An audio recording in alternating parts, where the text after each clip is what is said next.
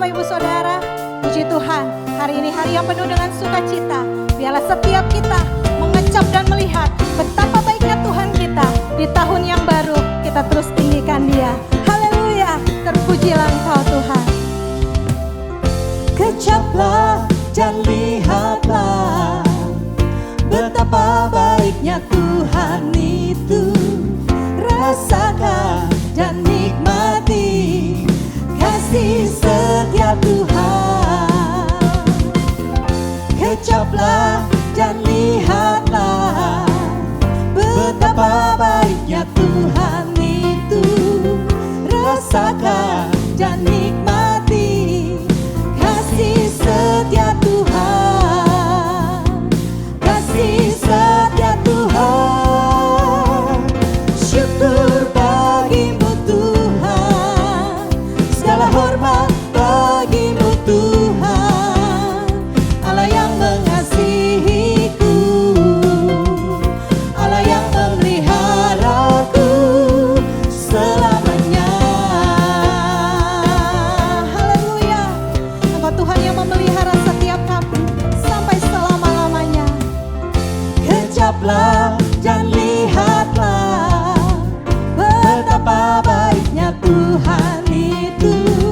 Rasakan dan nikmati kasih setia Tuhan. Sekali lagi katakan kecaplah Kecaplah dan lihatlah betapa baiknya Tuhan itu.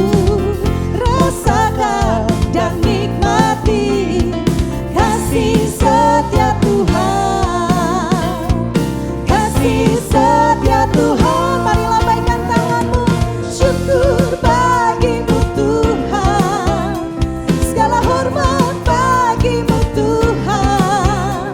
Allah yang mengasihiku, Allah yang memeliharaku.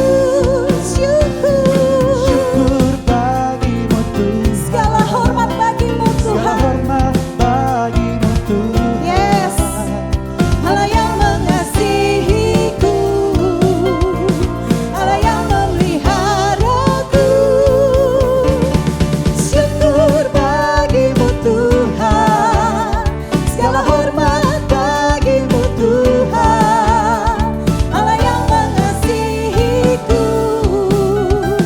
Allah yang memeliharaku. Syukur bagimu Tuhan. Segala hormat bagimu Tuhan. Allah yang mengasihiku, Allah yang memeliharaku selamanya. Selamanya. Selamanya.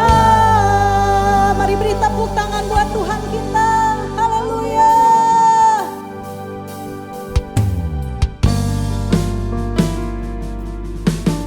Terima kasih Tuhan buat segala kebaikan-Mu.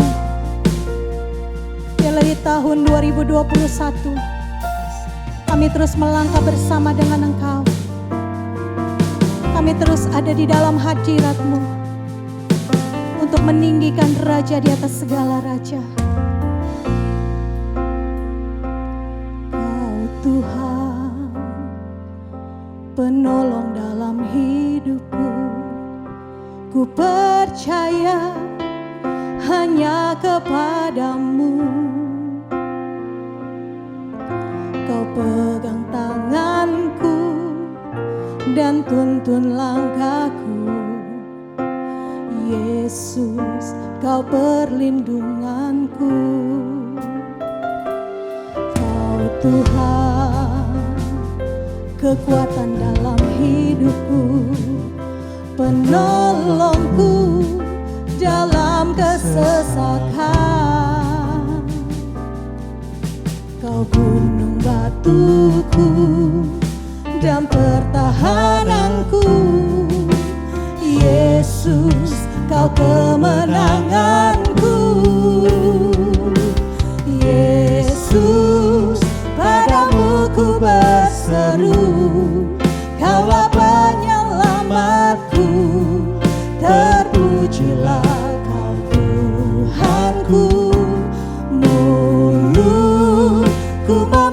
memuji namamu sepanjang umur hidupku.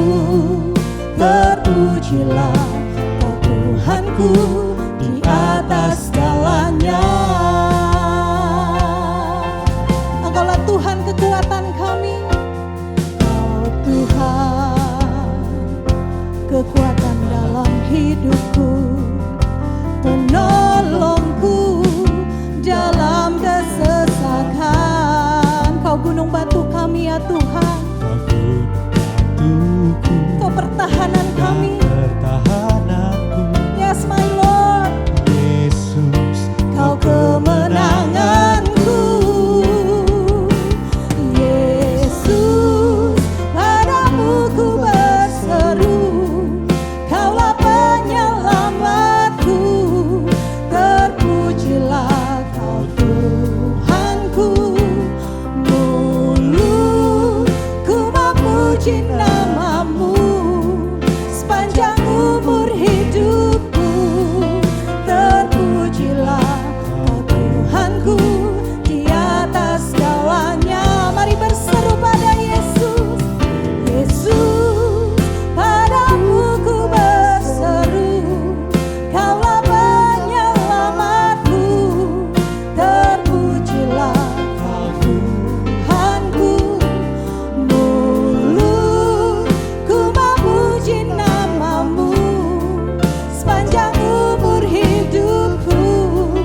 Terpujilah Kau Tuhanku di atas segalanya.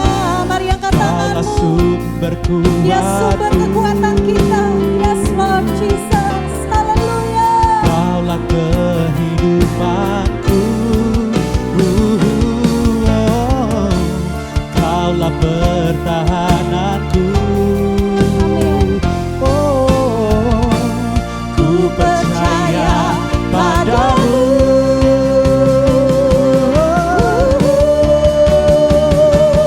Yesus, padamu ku berseru, Kaulah penyelamatku.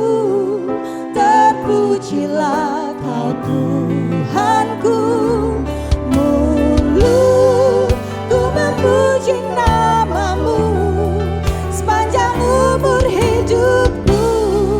Terpujilah Kau Tuhanku di atas segalanya. Yesus, padamu ku berseru, Kaulah penyelamatku. Terpujilah Kau Tuhanku, mulutku memuji namamu sepanjang umur hidupku. Terpujilah Kau Tuhanku di atas. Biar mulut kami memuji Engkau Tuhan, mulutku memuji namamu sepanjang umur hidupku. Terpujilah Kau Tuhanku di atas segalanya. Mulutku memuji namamu sepanjang umur hidupku. Terpujilah Kau Tuhanku di atas segalanya. Mari mulai sembah Tuhan. Mari jemaat Tuhan yang di rumah-rumah sembah Dia. Angkat suaramu sembah Dia. Muliakan namanya, Dia Yesus. Syaralabaya syana ya lalabu, kiralabaya sendiri. Haleluya, haleluya. Kami mau memuji-Mu Tuhan. Biarlah setiap mulut kami terus memuji Engkau. Biarlah mulut kami terus meninggikan Engkau, memasyurkan nama-Mu yang kudus Tuhan. Mari Bapak Ibu Saudara, angkat tanganmu. Mari kita nyatakan sama Tuhan. Ku mau memuji-Mu, ku selalu puji-Mu, ku mau menyembahmu, ku selalu sembahmu. Kau yang layak terima semua pujian, kemuliaan hanya bagi Tuhan. Kami mau memujimu Tuhan, ku mau memujimu, ku selalu pujimu, ku mau menyembahmu, ku selalu sembahmu. Kau yang layak terima semua pujian, kemuliaan hanya bagi Tuhan. Mari beri tepuk tangan buat Tuhan kita. Haleluya. Ku mau memujimu, ku selalu pujimu, ku mau menyembahmu, ku selalu sembahmu.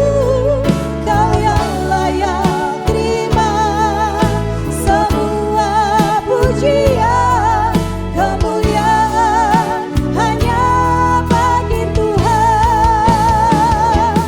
Ku mau memujimu, ku selalu pujimu, ku mau menyembahmu, ku selalu sembahmu. Kau yang layak terima semua pujian, kemuliaan hanya bagi Tuhan.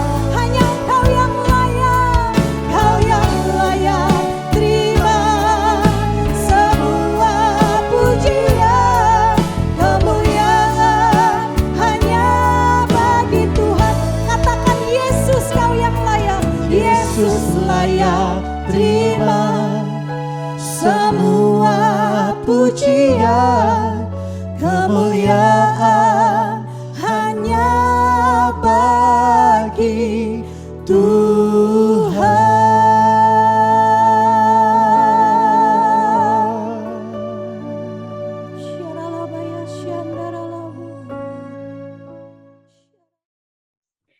Oke, so hi ladies.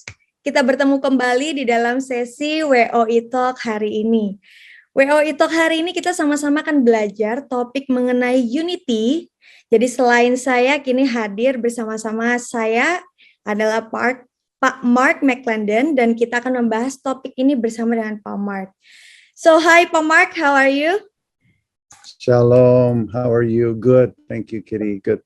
Thank you sudah bisa join bersama-sama dengan saya hari ini. Dan hari ini ladies kita akan membahas topik mengenai unity ya. Topik yang memang kita sudah belajar banyak gitu ya di bulan ini. Nah mungkin sebelum saya memberikan pertanyaan kepada Pak Mark untuk kita ngobrol-ngobrol ya. Ngobrol-ngobrol sore berbincang-bincang santai gitu ya. Unity jadi seperti yang kita tahu ladies bahwa merupakan arti dari sebuah kesatuan. Di mana dalam berkomunitas ataupun dalam kita membangun hubungan kita sehari-hari, kita butuh yang namanya kesatuan. Dan kesatuan ini tidak cukup hanya bersatu secara fisik ya, secara physically ya, secara kelihatan. Namun jauh daripada itu lebih penting lagi kita perlu memiliki kesatuan di dalam hati kita. Nah, karena ketika hati kita sudah benar, pasti yang keluar kita juga akan punya respon yang benar juga. Nah, kita mungkin mulai dulu gitu ya, konteks unity dari sisi kehidupan berjemaat. Jadi dalam kehidupan berjemaat, kita ini kan masing-masing memiliki kehidupan ya. Di sini mungkin ada yang berkeluarga, ada yang mungkin masih single, ada yang mungkin dalam relationship gitu ya. Dan ada yang mungkin ya bersuami istri, antara orang tua anak gitu ya, sesama saudara. Nah, mungkin Pak Mark boleh nggak di-share sebenarnya definisi unity dalam konteks kehidupan sehari-hari atau berjemaat gitu ya, antara suami istri, orang tua anak, sesama saudara, sesama teman, itu tuh definisi unity seperti apa sih? Gitu. Wah, itu pertanyaannya bagus dan ya aku sih belum cari di kamus bahasa Indonesia, kamus lengkap. Tapi kalau ditanya seperti itu, saya akan bilang bahwa mungkin unity itu adalah keputusan yang dilakukan oleh seseorang untuk bersatu, ya. Mungkin itu. Oke. Itu definisi yang terbaik. Keputusan seseorang untuk bersatu, walaupun. Oke. Itu baru bisa terjadi unity. Karena unity pada dasarnya kan hakikat daripada unity adalah sacrifice, ya, adalah berkorban, ya. Kalau orang tidak bersedia untuk mengorbankan perasaan, ya, atau korbankan waktu atau whatever, nggak mungkin akan ada namanya unity, gitu. Ya, kurang lebih. Jadi lebih ke willingness, setiap orang itu harus punya willingness, ya. Kemauan untuk berusaha bersatu, kemauan untuk berusaha, ya, karena setiap orang kan kita beda-beda, ya, gitu. Kayak suami istri aja itu punya background yang berbeda-beda, punya keinginan yang berbeda-beda. Nah, boleh dikasih contoh nggak Pak Mike? Kalau kayak unity gitu, antara suami istri itu seperti apa?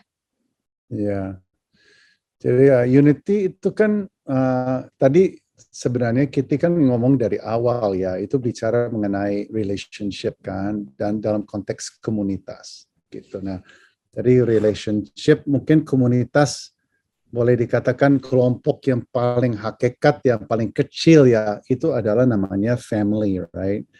Nah, itu mungkin contoh yang pertama terutama, ya. Nah, bagian daripada family yang harus bersatu sebelum yang lain bisa bersatu adalah suami istri.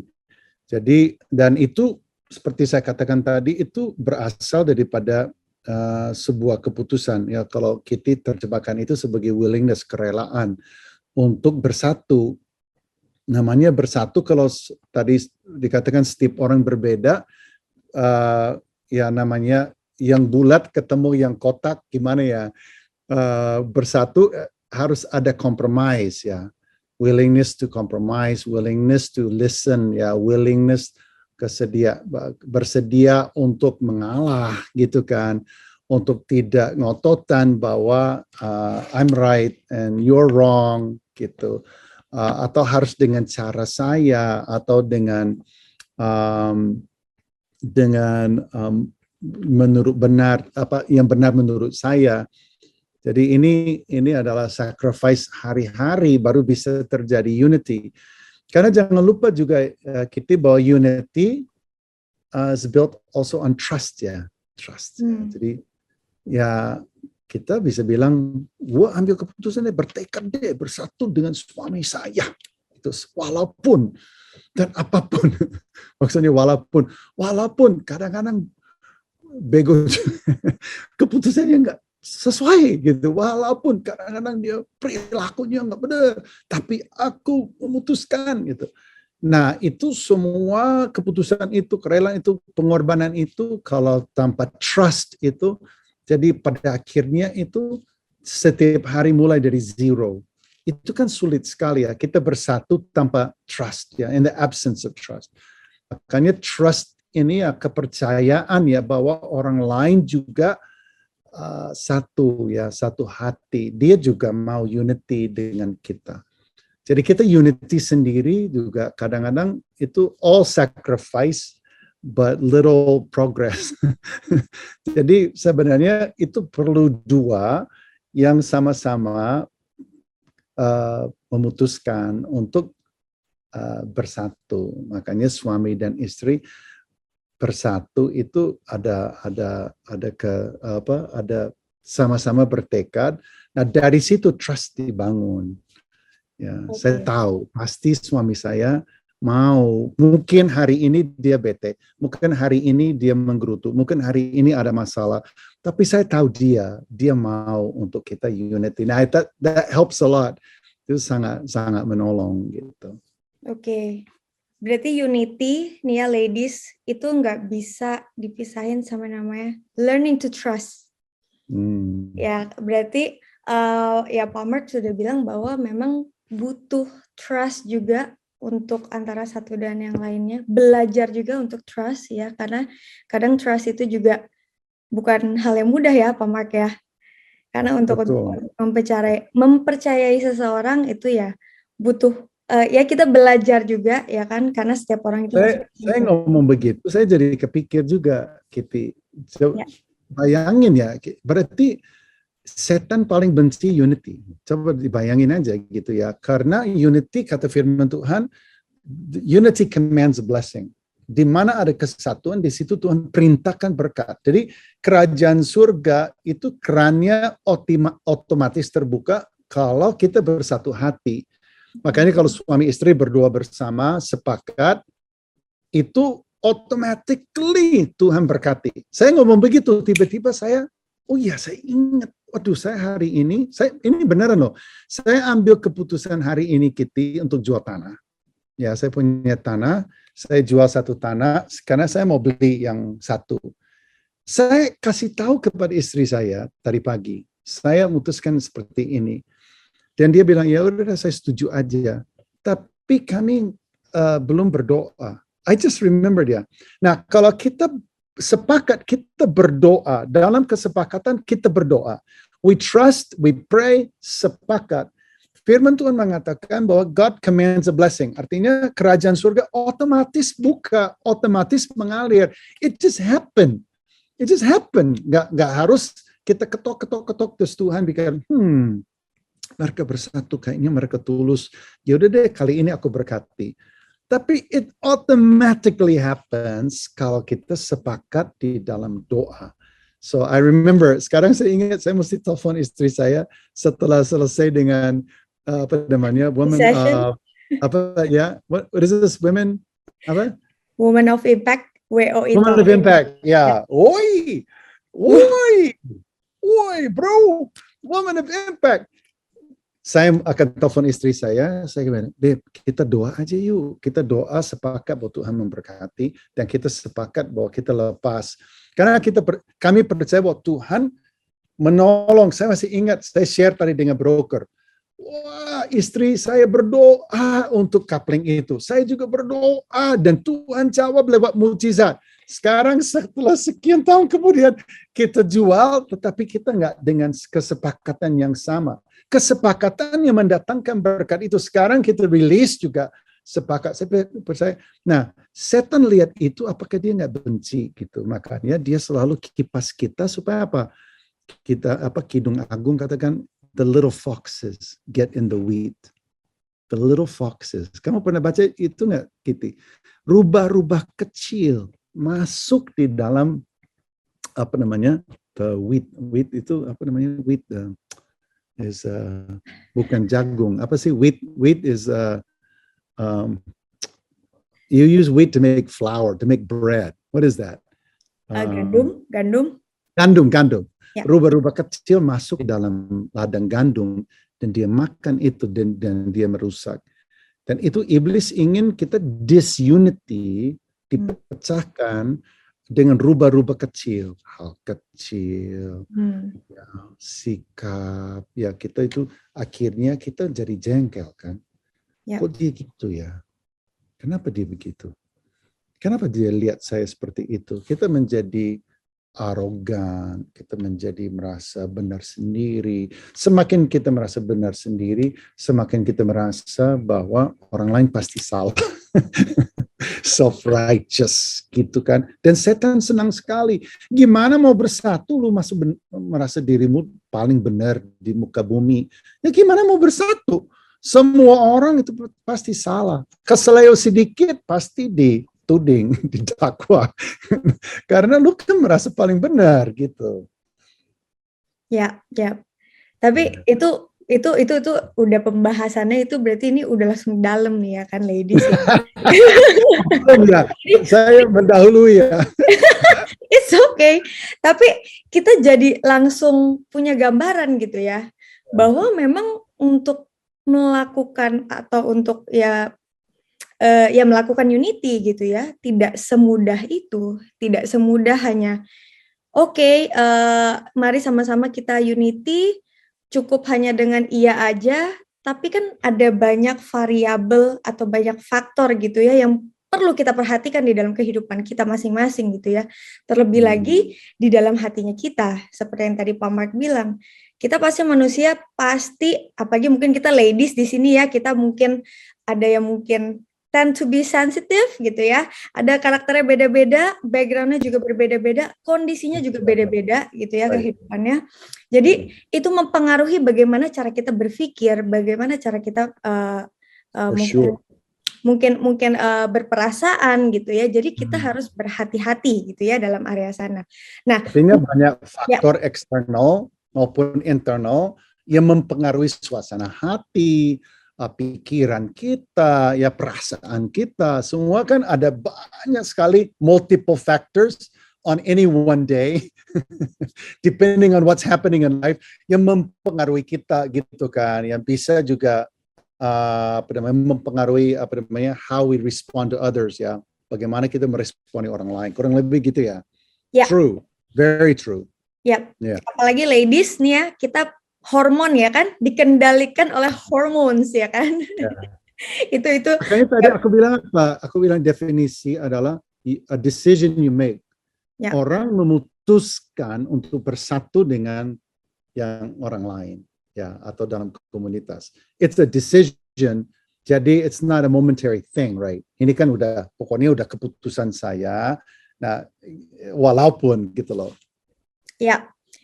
Jadi not feeling centered ya kan, pusat bukan perasaan kita ladies ya, karena kita sering banget ladies, kita harus berhati-hati, harus aware gitu ya, bahwa seringkali keputusan kita itu didasari oleh perasaan. Di sini kita diingatkan bahwa unity ini tidak berbicara tentang perasaan yang menggerakkan kita untuk melakukan sesuatu. Betul. Tetapi sebuah keputusan yang benar itu yang perlu kita lakukan dalam kehidupan kita masing-masing untuk mencapai sebuah unity. Nah, oke, Pak Mark. Tadi mungkin kasih contoh tentang suami istri gitu. Bagaimana antara orang tua dan anak? Mungkin dari kehidupan Pak Mark atau mungkin bisa memberikan contoh-contoh seperti apa gitu ya, unity dalam konteks orang tua dan anak. Ya, nah kalau untuk bicara parenting ini penting karena apa? Karena ini sumber daripada suasana dalam rumah tangga kita adalah orang tua, bukan anak. Orang tua adalah penentu suhu dan penentu suasana dalam rumah tangga. Makanya kan katanya ada 4 macam orang tua ya. Ada satu namanya permisif, ada satu yang namanya otoritatif, satu namanya otoriter ya, dan satunya lagi adalah neglectful. Nah, ini yang menentukan unity di dalam keluarga itu adalah parenting style kita, sikap orang tua terhadap anak-anak dan pola yang diterapkan di dalam rumah tangga. Kalau misalnya orang tua otoriter artinya my way or the highway. Dude, you get right or you get left. Kamu itu nurut atau hukum. Ya, kamu itu dengar, kamu diam. Kamu dengar, mama lagi bicara nih. Mama lagi bicara, kamu nggak boleh bicara. Kamu diam dulu. Kita intimidasi anak ciut, ditakut, ya. Kenapa? Karena kalau dia itu lawan, ada hukumannya. Nah, hukuman itu yang membuat sengsara dia. Jadi dia takut, dia ciut, dia diam. Tetapi diam tidak berarti bahwa ada unity. Justru melalui itu pada akhirnya diam bisa jadi dendam. Diam bisa jadi kesal, diam bisa diterjemahkan pada akhirnya life is not fair. Hidup ini tidak adil. Kenapa? Karena orang tuanya otoriter, beda dengan otoritatif. Otoritatifnya lain. Otoritatifnya ada aturan, ada batasan-batasan, ada norma-norma, tetapi kami mengerti perasaan anak kita. Dia marah, dia ngamuk. Kita nggak bilang, jangan ngamuk, jangan marah. Kenapa kamu marah? Tuhan Yesus sedih lihat kamu marah. Tuhan Yesus pasti sedih kalau kamu itu marah-marah seperti itu. It's like, are you kidding me? It's like, it's a child, dia kan anak. pasti ada saatnya dia marah. Jadi kita jangan marahin dia, kita marahin dia karena dia marah. Lu gimana gitu. Jadi it's just like crazy parenting. Kita seharusnya bilang, kamu marah, mama mengerti kamu marah. Mama mengerti, tetapi kamu jangan lempar barang. Lempar barang itu tidak baik. Kamu marah, mama mengerti kamu bisa marah, kamu kecewa, tapi kamu tidak boleh banting pintu. Nah, ini lebih kepada perilaku daripada perasaan. Kita mengerti perasaan anak kita. Nah, waktu orang tua lakukan itu, anak merasa affirmed gitu, Kitty. Anak merasa dikasihi, dimengerti, ya. Tetapi perilakunya disiplinkan, ditegur, ya. Dan diatur, dan dia diajak untuk menjadi lebih baik. Kamu bisa lakukan lebih baik. Nah, dengan cara seperti itu, right? Misalnya dia telat untuk ini, kita mau unity dalam rumah tangga kita, nggak bisa melalui proses hukum dan marah-marah, nggak bisa. Oh, dia telat, dia lupa bawa pulang PR-nya. Ya sudah, caranya bagaimana supaya dia tidak lupa membawa pulang PR-nya. Nah, kita positive parenting-nya itu dengan aturan yang jelas, dengan sikap yang tegas, tapi dengan mengerti perasaan anak kita. Ini yang menciptakan suasana unity yang mantap di dalam keluarga. Terlalu dalam ya. Malah justru kamu nanya apa? Dalam. Gak apa-apa ladies, hari ini kita jadi belajar, jadi punya bayangan langsung ya ladies. Itu kalau misalnya tadi suami istri seperti apa, orang tua anak seperti apa. Jadi kita benar-benar mengerti bahwa oh ternyata ini yang harus dilakukan ya. Dan untuk ngomongin orang tua dan anak, ya pertama sebelum kita menjadi orang tua yang baik, berarti kan kita harus unity bersama dengan pasangan kita. Ya kalau di sini konteksnya adalah bersama dengan suami kita. Nah ditambah kalau udah ada, ya. Kalau misalnya kita udah dikaruniai anak, unity-nya a whole new level lagi, udah lebih tinggi lagi gitu. Yeah, jadi that's very true. Kalau suami istri nggak bersatu juga sulit sekali untuk dia koordinasi untuk dia parenting yang bagus. Kenapa? Karena beda-beda kan, beda-beda. Tanya mama, tanya papa, mama bilang apa, papa bilang apa, beda-beda. Jadi semrautan, kacau ya rumahnya. Dan kalau ada kekacauan, kesemrautan, pasti di situ terjadi banyak perasaan dan kedagingan yang main. Sama aja di dalam gereja juga sama lah. Gembala kan orang tua.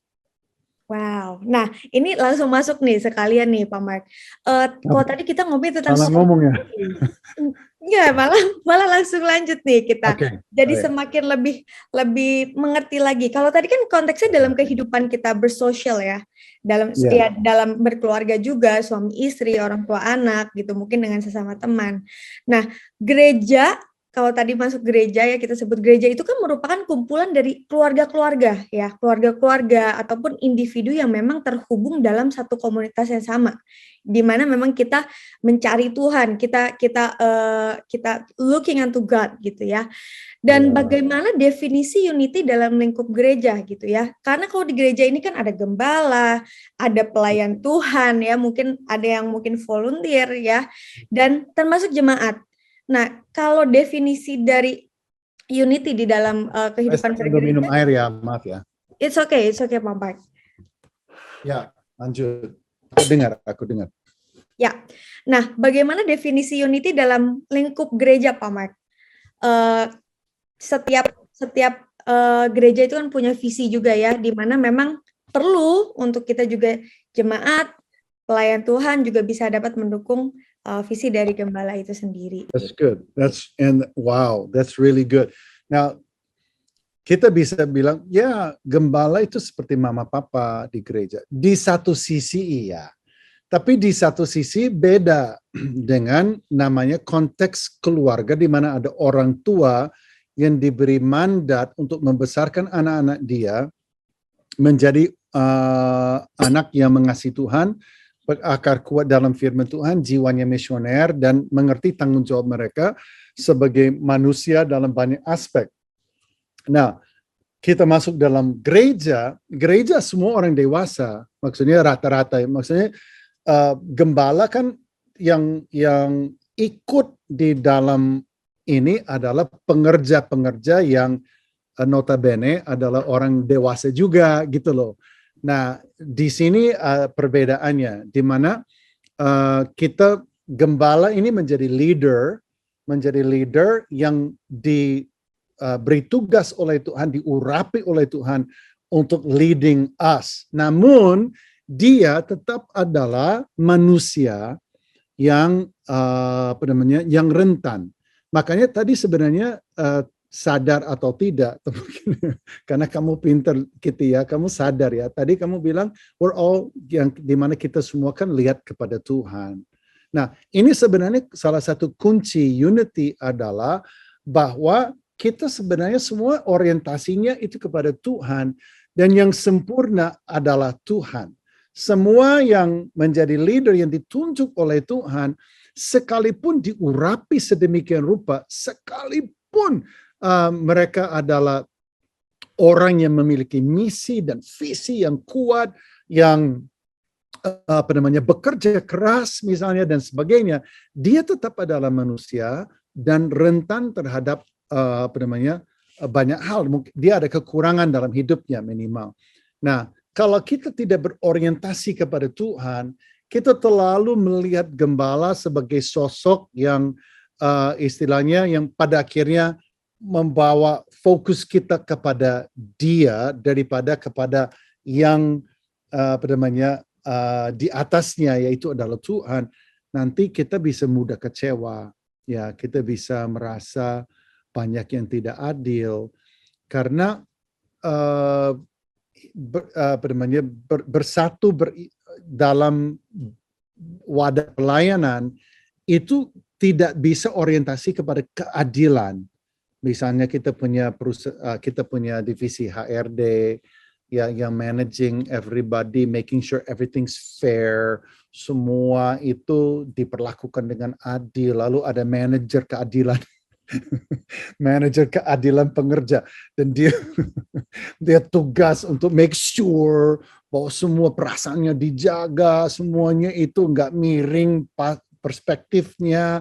Semua, kalau ada gosip langsung SP1, SP2, SP3, you're out gitu kan, dan sebagainya. Nah, kita ini, saya ada ayatnya, boleh nggak saya baca ayatnya? Karena boleh banget Pak Mark. Saya nggak ada maksud untuk bikin khotbah ya, tapi saya ada satu ayat. It's really okay. Okay. Jika ada ayat boleh langsung di-share aja. Oke, so ini Efesus pasal 4, kelihatan nggak nih? Kelihatan. Oke, ini Efesus pasal keempat, ya. Di sini katakan begini,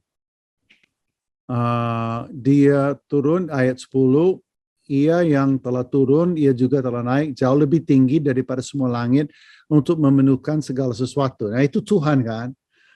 Dan ialah yang memberikan baik rasul-rasul, nabi-nabi, pemberita-pemberita Injil. Nah, sekarang dia yang memimpin kita, dia kasih tugas kan, mandat, pemberita-pemberita Injil, gembala-gembala, pengajar-pengajar, untuk apa? Memperlengkapi orang-orang kudus bagi pekerjaan pelayanan. Ini kan dia. Ya, jadi dia tunjuk ya, dan orang ini diberi mandat untuk memperlengkapi kita semua. Ya, bagi pekerjaan pelayanan, bagi pembangunan tubuh Kristus, untuk membangun tubuh Kristus ini dalam konteks gereja lokal ya. Sampai kita semua telah mencapai apa? Kesatuan iman. Mencapai kesatuan iman. The unity of faith, bahasa Inggris. The unity of faith itu harus dicapai. I love that. I love that. Dan pengetahuan yang benar tentang anak Allah. Perhatikan ini. Kedewasaan penuh. Waduh. Dan tingkat pertumbuhan yang sesuai dengan kepenuhan Kristus. Ayo, ayat 14. Sehingga kita bukan lagi anak-anak. Ini kan konteks gereja kan. Kita bukan lagi anak-anak. Halo, gitu. Yang diombang-ambingkan oleh apa? Rupa-rupa angin pengajaran, permainan palsu manusia dalam kelicikan. Mereka yang menyesatkan, ya, dengan all kinds of crap, right? Tetapi dengan teguh berpegang kepada apa? Kebenaran di dalam kasih, bukan kebenaran di dalam perasaan benar sendiri. Kebenaran di dalam kasih, kita bertumbuh di dalam segala hal ke arah siapa?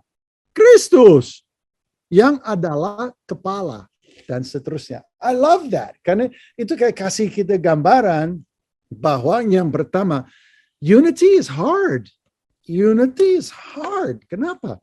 Karena namanya juga kita bersatu dengan manusia yang berdosa. Semua berdosa. Kita juga berdosa. Yang paling nggak gampang adalah unity.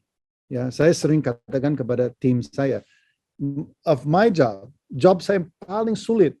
Saya punya hampir 400 karyawan. My biggest job antara pelayanan CBN yang ada di seluruh Indonesia, ada di Myanmar, apalagi Malaysia, Thailand, Cambodia, Vietnam, South Korea. My biggest, toughest job is people. People, perasaan yang terluka, rasa tidak adil sesuatu keputusan, punya kepentingan sendiri, kemauan sendiri, ide sendiri, konsep sendiri, kemauan sendiri, punya ambisi sendiri, dan ini semua kalau tidak ada atmosphere of unity, atmosfer kasih, ya, dan tegas dalam kasih, maka semrautan, akhirnya gosip melanda.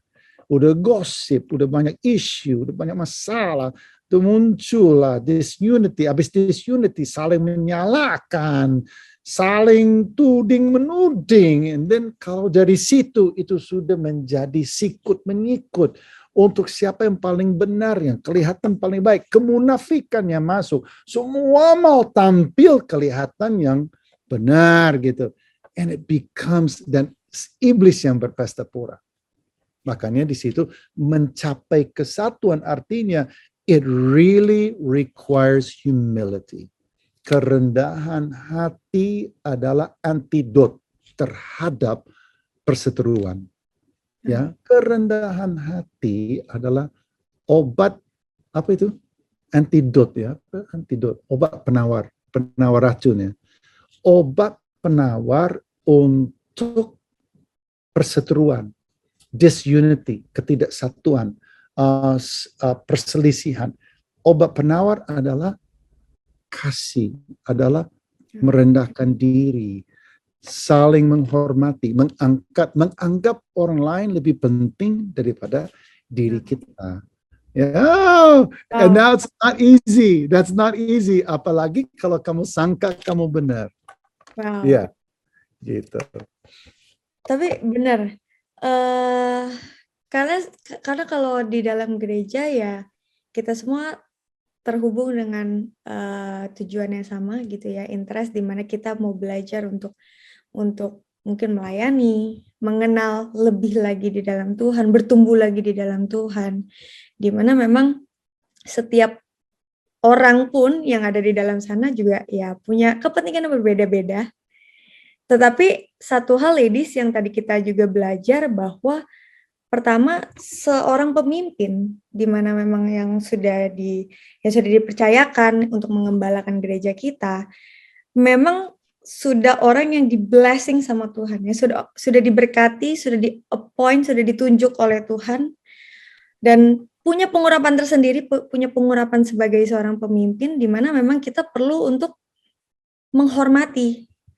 Dan seringkali kita lupa gitu ya bahwa mungkin karena konteksnya di dalam gereja kita mungkin seringkali berpikir bahwa semua orang yang ada di dalam gereja itu harus sempurna di dalam Tuhan, adalah orang-orang yang memang sudah semua dewasa gitu ya di dalam Tuhan. Tetapi yang saya percaya adalah kita semua di sini masih belajar.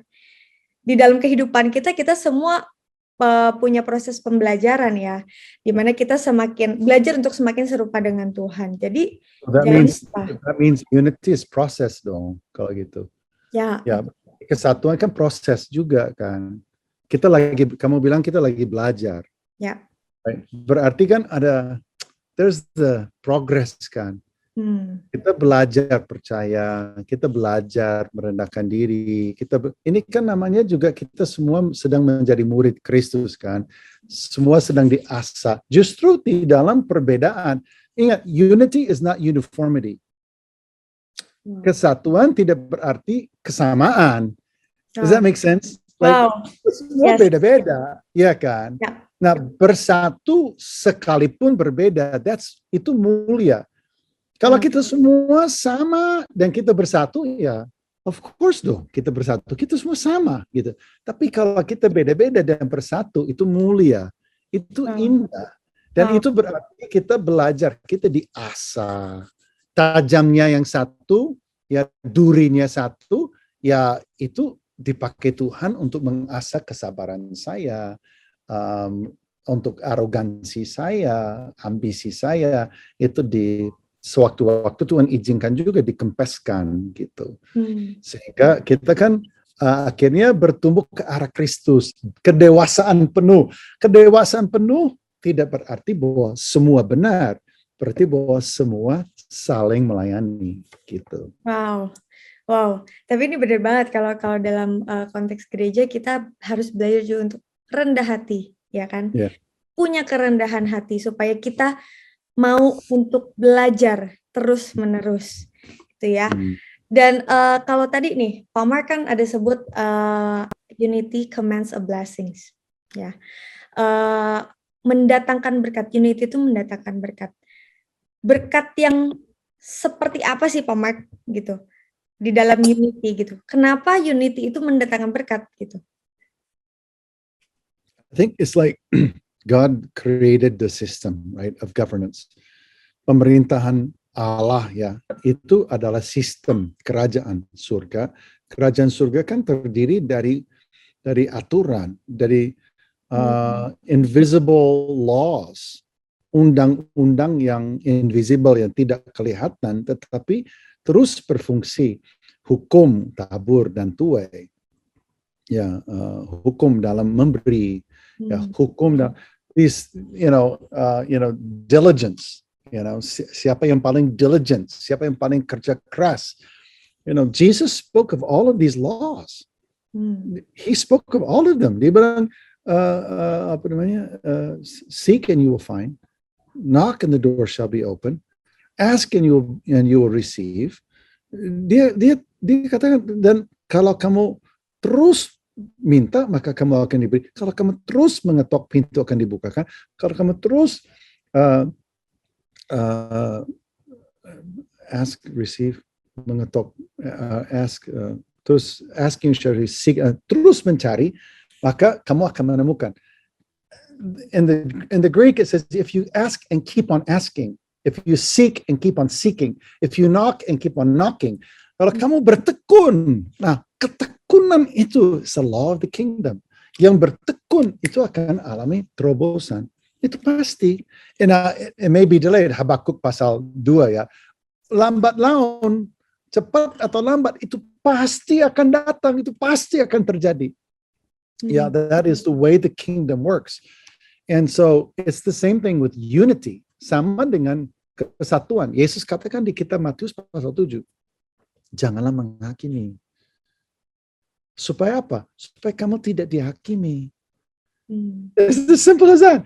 Jadi dia memberi gambaran bahwa penghakiman adalah benih yang ditabur yang nanti akan berputar balik dan kita akan tuai dalam hidup kita. Jadi kita menghakimi, kita akan menuai penghakiman. Right? Kita menabur angin, kita akan menuai badai. Ini adalah the law of the kingdom that just keeps on working. Jadi waktu kita menabur kerendahan hati, saling menghormati, memberkati pemimpin, memberi hormat kepada leader yang jelas Tuhan taruh di atas kita, dan kita tidak berarti setuju, bisa saja kan tidak setuju, tetapi kita honor them, kita menghormati. Kalaupun kita tidak setuju dan kita masih punya kesempatan untuk menyampaikan ketidaksetujuan kita, pasti juga dengan cara yang penuh hormat.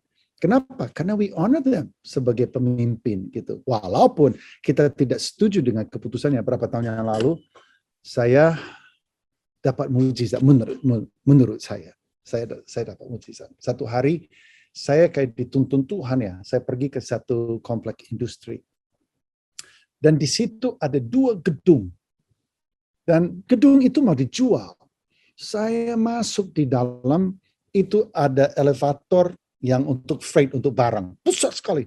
Saya masuk ke dalam, 8 lantai. Luas, besar. Saya benar-benar, saya itu kayak, wow, I want to buy. I don't know. Saya untuk obor berkat Indonesia Pusat Pelayanan Nasional. Aku mau beli gedung ini. Terus aku catat nomornya. Aku udah benar-benar feeling so strong ya. Saya hubungin nomor yang ada di situ. Dua gedung kembar ini dijual. Wah Pak, udah baru laku, baru dijual. Oh ya, gitu. Padahal saya nggak punya uang, tapi saya pikir I'm gonna buy. Terus siapa yang beli? Itu cuma pertanyaan bodoh ya. Siapa yang beli? Ya, how do I know? Oh, ada namanya Pak XYZ gitu. Wah, saya kenal ini orang. Oh ya, gitu. Dia yang beli. Oh iya, terima kasih. Langsung, hey bro. Hey bro. Gitu. Dan benar, dia jual kepada saya salah satu dari gedung kembar itu. Dia jual kepada saya dan saya all out. Saya cari dana dari mitra, dari mana untuk mendukung saya beli. Gedung 8 lantai saya cuma bayar, I think like 8 miliar. Pokoknya murah, semurah mungkin, habis semurah mungkin, diskon lagi 50%. Udah gitu kan, saya dapat, saya langsung, wah gitu. Tengah jalan, udah mau lunas, datanglah audit intern dari pelayanan kami. Diaudit transaksi ini. Dan ini transaksi dengan gaya Indonesia. Gaya Indonesia kan, bro, tolong gua dong. Itu gaya Indonesia. Tetapi gaya Amerika adalah semua ada feasibility study. Semua itu transaksi itu semuanya harus clear, transparent, terbuka dan ini. Akhirnya mereka temukan, saya lagi beli daripada teman saya yang notabene belum miliki. Jadi dia lagi nyicil, aku nyicil ke dia nyicil kepada owner, nanti sama-sama lunas, dia pecah sertifikat, saya dapat 1, dia dapat 1. Selesai! Itu di Indonesia. Tapi kalau di Amerika nggak bisa, langsung bunyi trompet penyerangan. Udah, saya diserang. Saya benar-benar hampir saya dipecat gara-gara urusan. Padahal saya udah merasa paling benar. Saya mendengar suara Tuhan. Itu bagi saya itu hampir seperti Tuhan itu kayak bagi saya itu seperti penglihatan, seperti satu begitu kuat. Akhirnya saya terpaksa. Saya minta uang yang sudah saya bayar kembali. Terpaksa saya batalkan transaksinya. Saya malunya setengah mati. Itu waktu saya ditelepon, saya dikasih tahu oleh atasan saya, Mark, you have to give it back. You have to get the money back. Dan kamu hanya ada 7 hari untuk dapat uang itu kembali. Kalau tidak, ini akan diproses. Saya dengar itu, tahu nggak? Aku ingin merayap masuk ke dalam telepon, lewatin kabel telepon, keluar di ujung sana, lalu cekek saya punya.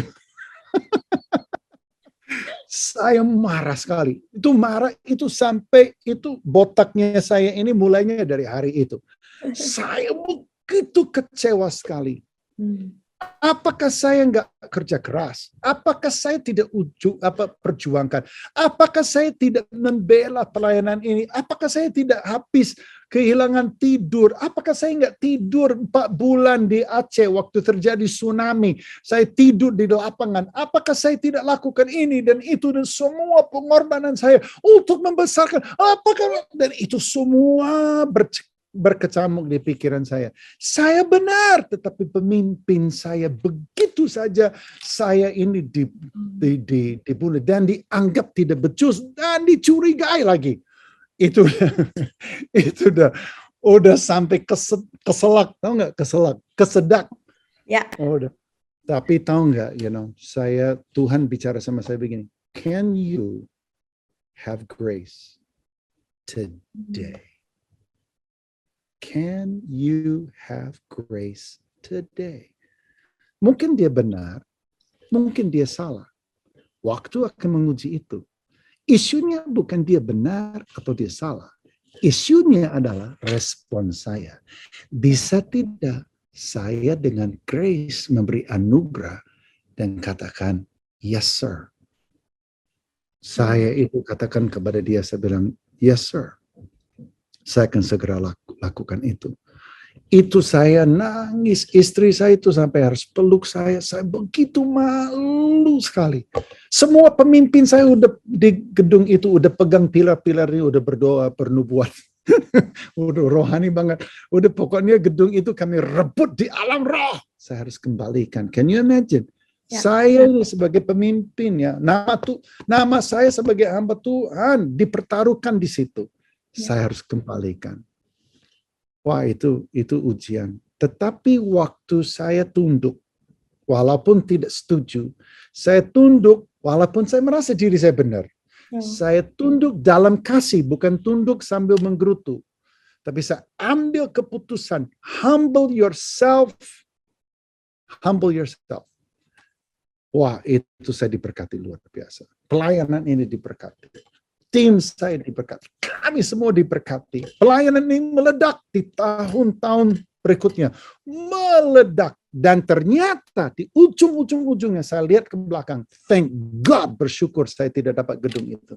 Itu akan bikin saya distracted, sedot energi saya, sedot uang dan perhatian dan tenaga daripada mission kepada gedung. Saya bersyukur itu saya tidak dapat gedung itu. Tapi itu sedikit ya kesaksian. How unity commands blessing. Tuhan memberkati. Ukuran diberkati itu susah untuk diukur karena it's intangible.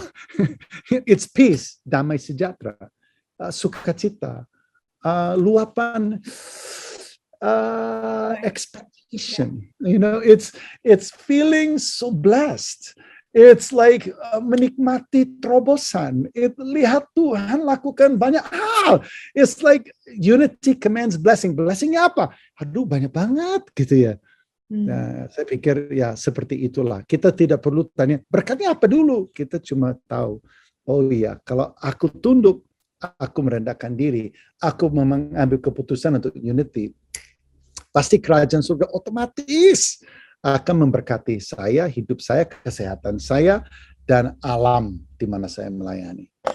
Wow, that's a great testimony ya, kesaksian yang luar biasa di mana memang kita belajar, ladies ya di sini, bahwa penundukan diri itu diperlukan untuk mencapai sebuah unity gitu. Jadi nggak perlu kita tanya sama Tuhan, imbalannya apa? Berkatnya apa Tuhan ketika aku melakukan ini? Aku sudah melakukan ini, itu, apalagi mungkin di antara kita mungkin ada yang terlibat dalam pelayanan gitu ya. Pelayanan kadang-kadang kita mungkin terjebak dalam kondisi di mana Tuhan aku sudah melakukan ini, aku sudah melakukan itu. Tapi kenapa misalnya ada aja gitu ya, misalnya ada challenges di tengah-tengah. Tetapi ketika kita memutuskan untuk taat dengan respon hati yang benar, di situ Tuhan akan bekerja dalam ketaatan kita. Wow. So, Pak Mark, unity berarti diperlukan dalam kondisi apa aja, Pak Mark? Everything, kapan aja. Nah, itu gimana, Pak Mark? Kapan aja ketika, ya kan kadang-kadang mungkin kita perasaan kita lagi, misalnya lagi nggak baik gitu ya. Tapi unity itu diperlukan dalam kondisi apa aja sih, Pak Mark? Saya pikir itu menjadi alam kita ya. Itu harus menjadi atmosfer kita. Nah, tapi kita harus ingat juga bahwa unity is proses ya. Jadi unity itu terjadi juga melalui proses disunity. Jadi kita nggak bisa juga selalu berpikir bahwa kalau tidak ada kesatuan, itu berarti bahwa iblis lagi menang dan ini buruk sekali. Kenapa? Karena kita semua manusia. Kita akan melalui masa di mana ada perasaan disunity, mungkin itu ada. Tetapi kalau kita mengejar kedewasaan penuh, kita ingin perjuangkan unity kan. Jadi kita akan melalui proses itu malah unity kita kalau respon kita benar. Ya kan? Respon kita benar. Sama seperti otot ya. Kita melatih sehingga kita terjadi pertumbuhan otot kita, ada resistance kan.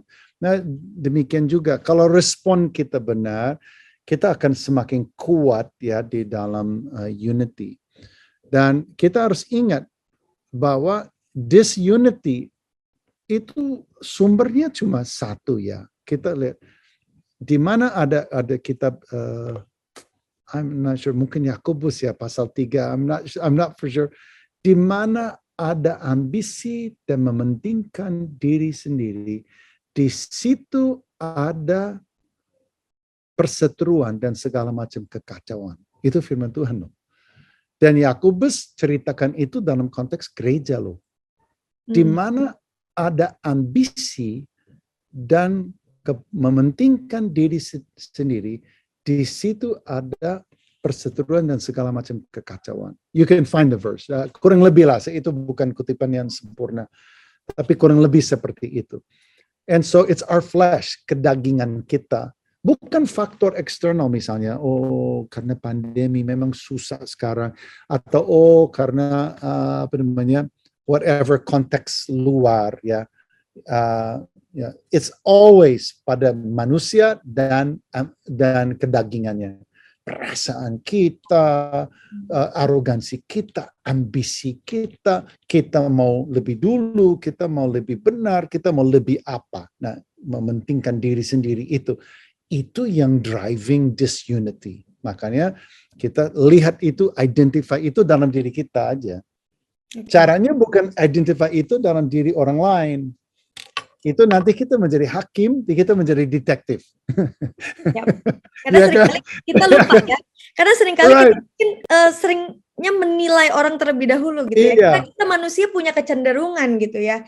Tapi kadang-kadang kita lupa untuk melihat diri ke dalam diri kita, apa yang harus saya perbaiki.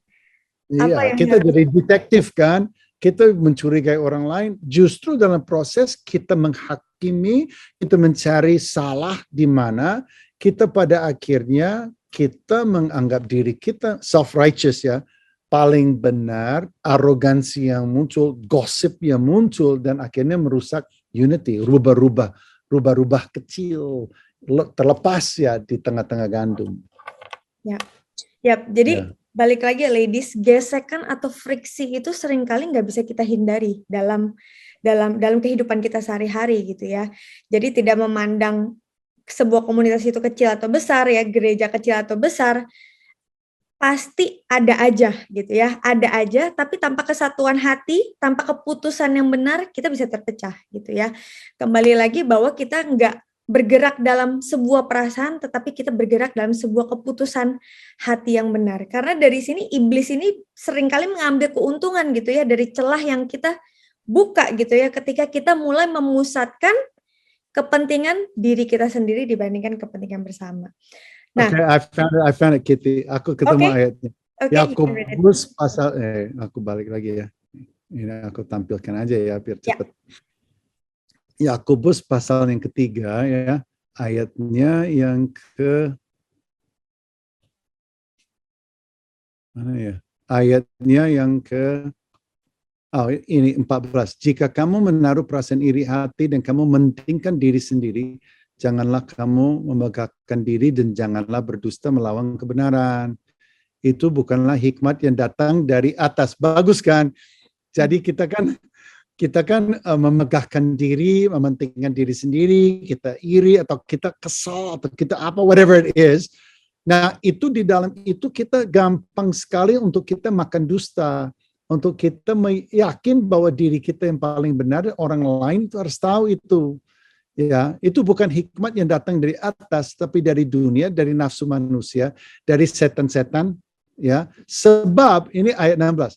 Di mana ada iri hati dan mementingkan diri sendiri, Di situ ada kekacauan dan segala macam perbuatan yang jahat. Nah, ini yang bagus. Tapi hikmat yang dari atas adalah pertama-tama apa? Murni, pendamai, peramah, penurut, penuh belas kasihan, dan buah-buah yang baik. Wah, mantap. Ya, itu ayatnya. Ya, jadi sebenarnya tantangan dalam unity ini adalah battle-nya ada dalam diri kita sendiri. Ourselves. Yeah, that's so true. So true. Very, very true. Ya, dan ya berarti ini kita harus alert ya ladies ya. Kita harus memperhatikan bagaimana kita hidup ya kan, bagaimana hati kita, bagaimana kita merespon. Nah, Pak Mike, sedikit, apakah kalau ada perbedaan pendapat ya, kita harus setuju, harus selalu setuju baru disebut unity gitu ya? Apakah kita harus iya aja gitu ya? Kalau misalnya ada perbedaan pendapat untuk melakukan sebuah unity. Ya, menurut saya ini lain lagi nih. Ini juga di Indonesia kan ada budaya sungkan juga kan. Nah, kadang-kadang itu yang ada sedikit ancaman di balik budaya sungkan itu. Di satu sisi budaya sungkan adalah juga cara kita di Indonesia menghormati orang tua, ya, atau menghormati orang yang di atas kita dan sebagainya. Tetapi di sisi lain kadang-kadang sungkan itu preventing us, ya, mencegah kita daripada kita menyampaikan pendapat atau opini atau masukan yang sebenarnya penting untuk orang tersebut. Sehingga di kemudian hari kita garuk-garuk kepala, kami garuk-garuk kepala. Leader bilang, kenapa waktu itu kamu nggak ngomong? Kenapa kamu nggak pernah menceritakan hal ini? Kenapa kamu nggak pernah share? Gitu. Jadi kita bilang, ya Pak, saya nggak enak sama Bapak. Saya juga pikir Bapak sibuk. Saya juga pikir Bapak udah banyak yang ngomong sama Bapak. Jadi saya gini. It's like, really? Gitu. Nah, jadi akhirnya yang budaya sungkan itu bisa menjadi musuh dalam selimut, ya. Jadi seharusnya adalah menyampaikan kebenaran dalam kasih. Artinya you can disagree, ya, tetapi dengan sikap yang benar. Nah, ini yang menurut saya penting, ya. Dengan penuh hormat, kalau menurut saya agak sedikit beda opini saya, Pak.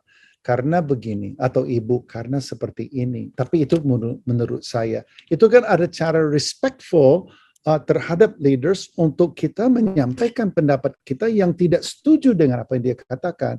Dan juga menjadi masukan yang sehat untuk dia.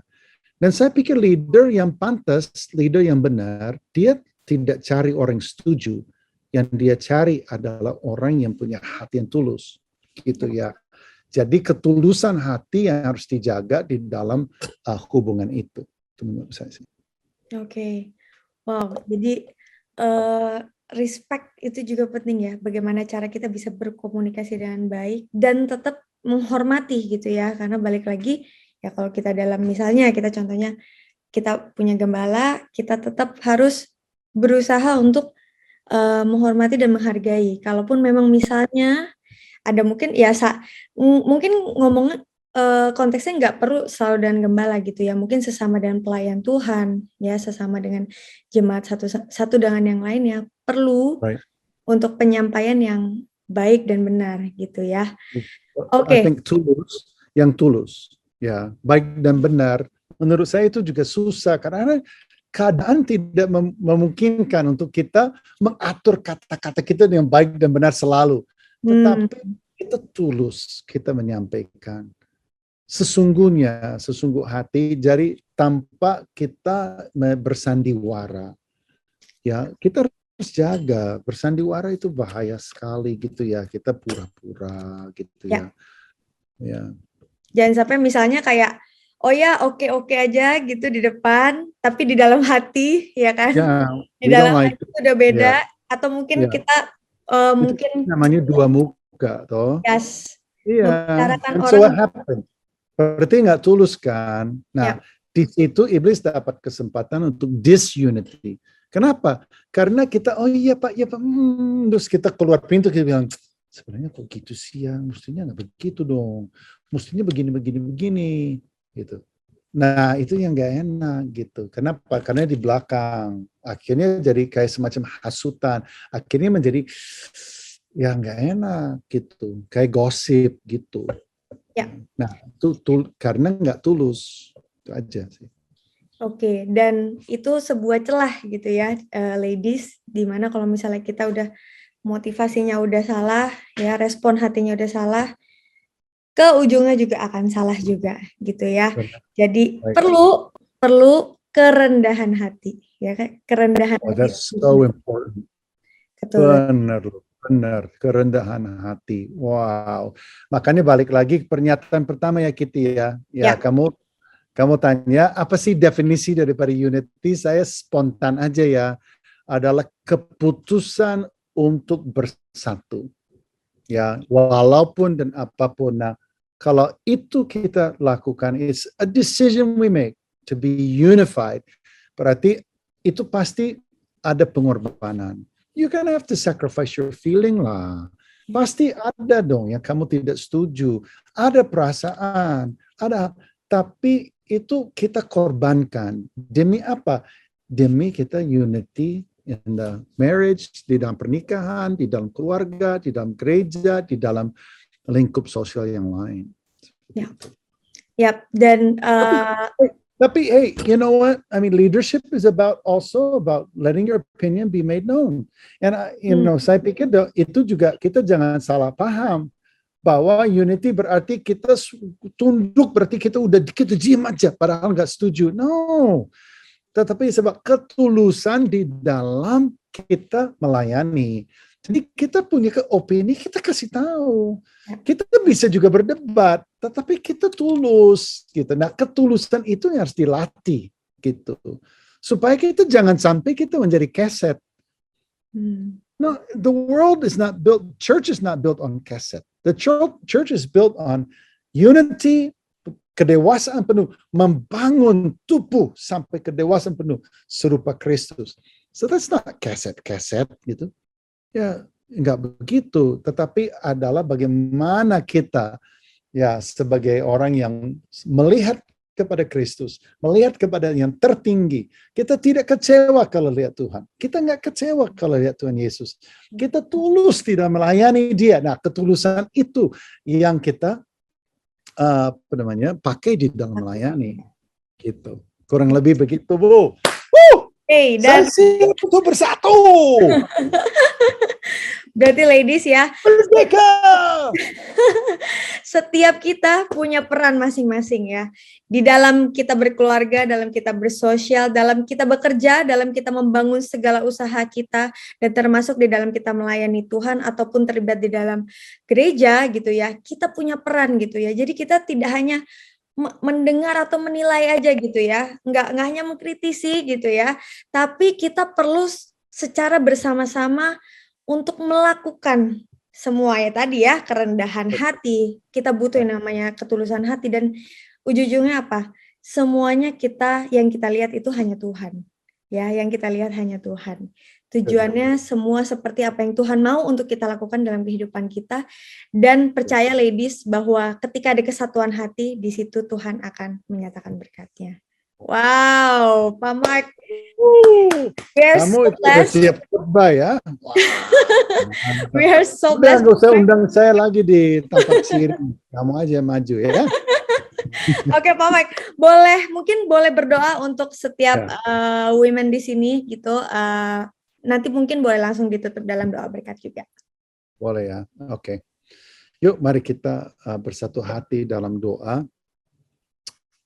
Saya ajak untuk setiap yang ikut session ini, kita merendahkan diri kita, kita buka tangan kita kepada Tuhan, kita mau terima daripada Tuhan saja. Dan itu butuh anugerah. Sebenarnya unity itu bicara mengenai anugerah. Ya, itu yang membuat kita beda dengan dunia ini. Anda punya Roh Kudus, dan Roh Kudus yang memberi kamu anugerah, pertolongan, supaya kamu bisa untuk berbelas kasih. Bisa. Kamu bisa tulus. Anda bisa tulus hari ini. Kenapa?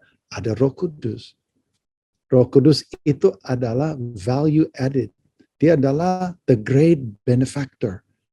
Itu yang membedakan kita dari semua manusia lain di planet ini. Ada Roh Allah yang turun tangan, menguatkan, menolong. Kamu bisa. Anda bisa. Bisa menjadi mama yang terbaik. Menjadi istri yang terbaik. Bisa menjadi pelayan terbaik, pengerja terbaik. Bisa. Kenapa bisa? Karena ada Roh Kudus yang menolong dan kamu rela. Kamu rela. Apakah kamu rela hari ini? Kalau Anda rela, katakan, Tuhan, aku rela. Aku mau. Tolonglah aku bersatu dengan suami saya. Membawa unity dalam keluarga sebagai mama, sebagai papa. Tolong saya untuk saya menjadi suntikan unity di dalam gereja, di dalam tempat pelayanan saya. Apapun yang saya lakukan, aku mau menjadi unifier, bukan divider. Aku mau menjadi blessing, karena di mana ada unity, Tuhan perintahkan berkat. Mari Roh Kudus, lawatlah, jamalah, berhembuslah. Beri kami mengerti.